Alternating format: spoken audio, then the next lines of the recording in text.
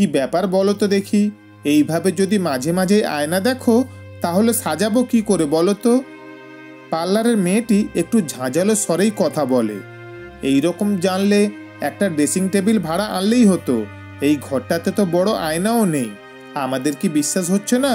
এত জায়গায় সাজাই আমরা। এর মাঝেই উকি মারে রূপশ্রীর দুই ননদ। কতদূর হলো? ভালো করে ফাউন্ডেশনটা দিও, যা সুন্দর আমাদের ভাইয়ের বউ। তা দিচ্ছি, উনাকে একটু বলে যান ধৈর্য ধরে বসতে। মনে তো হচ্ছে আমাদের সাজানো উনার পছন্দ হচ্ছে না। তাহলে আর কি, নিজেই সেজে নাও আর আমাদের নাক কাটাও। ননদদের সামনে মুখ খোলেন রূপশ্রী।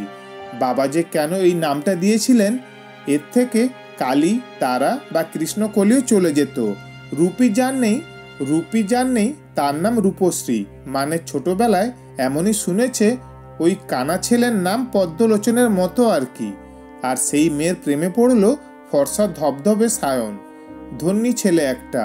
প্রথমে একটু এড়িয়ে গিয়েছিল রূপ, পাত্তা দেয়নি। হয়তো একটু ছোঁয়ার জন্য বা সময় কাটানোর জন্য এই প্রেম।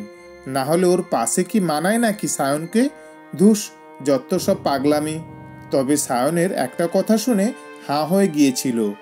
আরে, তুমি হলে গিয়ে কালো কালী, যা দিয়ে পাতার পর পাতা কবিতা, গল্প সব লেখা যায়। আর আমি হলাম তোমার হোয়াইটনার। সব মিস্টেকগুলো কারেকশন হয় যেটা দিয়ে।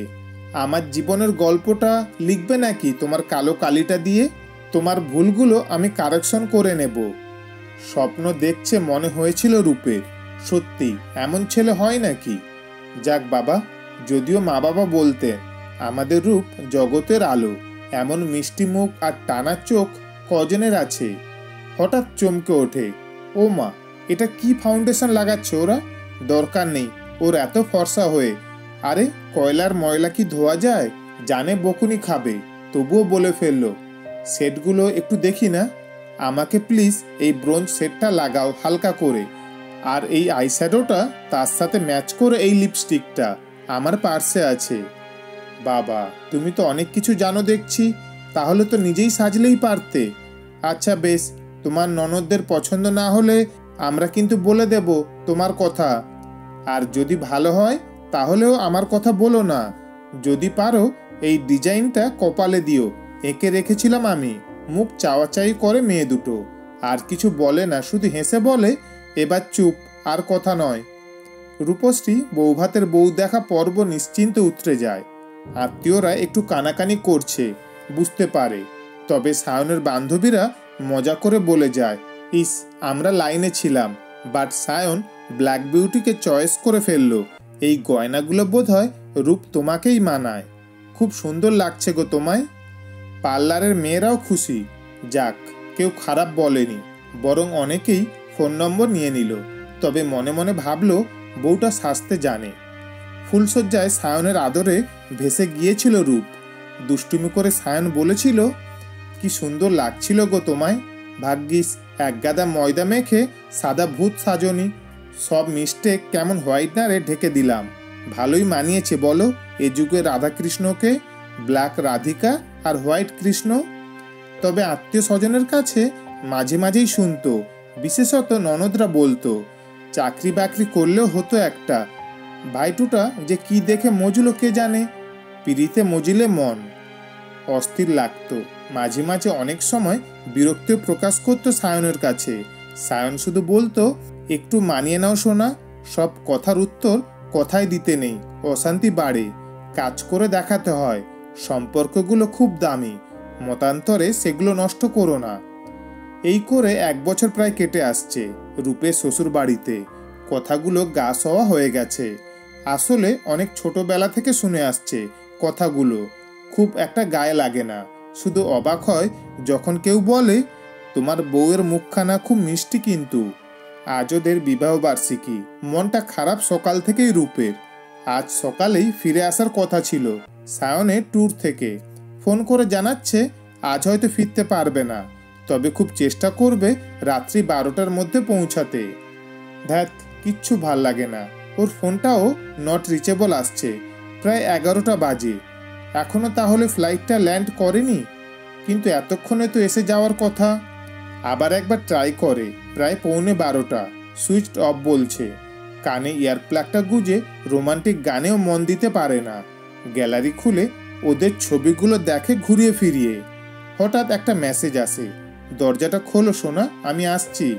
লাফিয়ে ওঠে রূপ, হাতে বুকে নিয়ে দাঁড়িয়ে Sayan. Many many happy Returns of the day. বড্ড দেরি হয়ে গেল গো, তোমার গিফটটা কেনা হলো না। একটু হাসে রূপ, তাহলে তো হবে না, একেই দেরি, তার উপর গিফট নেই। যাও, আমি রাগ করলাম। বাবা, হেসে রাগ হয় নাকি? এইবার একটু কাছে এসো, চোখটা বন্ধ করো দেখি। না না, হচ্ছে না। এইবার একটা মিষ্টি হাগ।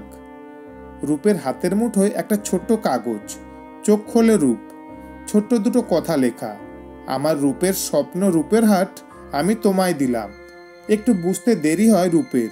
মোবাইলটা খুলে একটা ছবি দেখায় সায়ন, একটা পার্লারের ছবি, নাম রূপের হাট। কাল এটার উদ্বোধন হবে, এটা শুধুই তোমার। নিজের ইচ্ছে মতো সাজিও আর নিজেও সেজো। আজকে রাত্রিটা শুধু আমাদের দুজনের, আর কোনো কথা নয়। কাছে টেনে নেয় রূপকে সায়ন, কথা হারায় রূপ। চোখ দুটো স্বপ্নে ঝিকমিক করে, আরো বেশি করে ভালোবাসতে ইচ্ছে করে সায়নকে। রূপশ্রী নিজেকে সুন্দরী করতে হয়তো পারেনি, কিন্তু ও রূপের হাট স্বপ্ন পূরণ করে অনেকেরই। বিয়ের কনেরা রূপের মেকআপের ছোঁয়ায় হয়ে ওঠে অনন্যা। ওর ননদরাও প্রায়ই আসে নিখরচায় পরিচর্যা করতে, মাথার চুল থেকে পায়ের নখের। ভালো লাগে রূপের। আসলে সায়ন ঠিকই বলেছিল, সবকিছুর জবাব কথায় দিতে নেই, তাতে মতান্তর হয়। সম্পর্কগুলো যে খুব দামি। হ্যালো, কে বলছেন? আমি রূপকে চাই, শুধু একবারের জন্য। রাগ করে ফোনটা কাটতে যায় রূপ। সায়ন হেসে বলে, রূপের হাটে রূপের রানী, শেষে আমাকেই ভুলে গেলে? ওহ তুমি না। শেষে গলা পাল্টে ল্যান্ড ফোনে। হচ্ছে, আজ বাড়ি যাই। দুজনেই হেসে ফেলে এবার। শুনছিলেন আজকের গল্প রূপের হাট, কলমে রুমাশ্রী সাহা চৌধুরী। গল্পটি ভালো লাগলে অবশ্যই শেয়ার করবেন। ধন্যবাদ।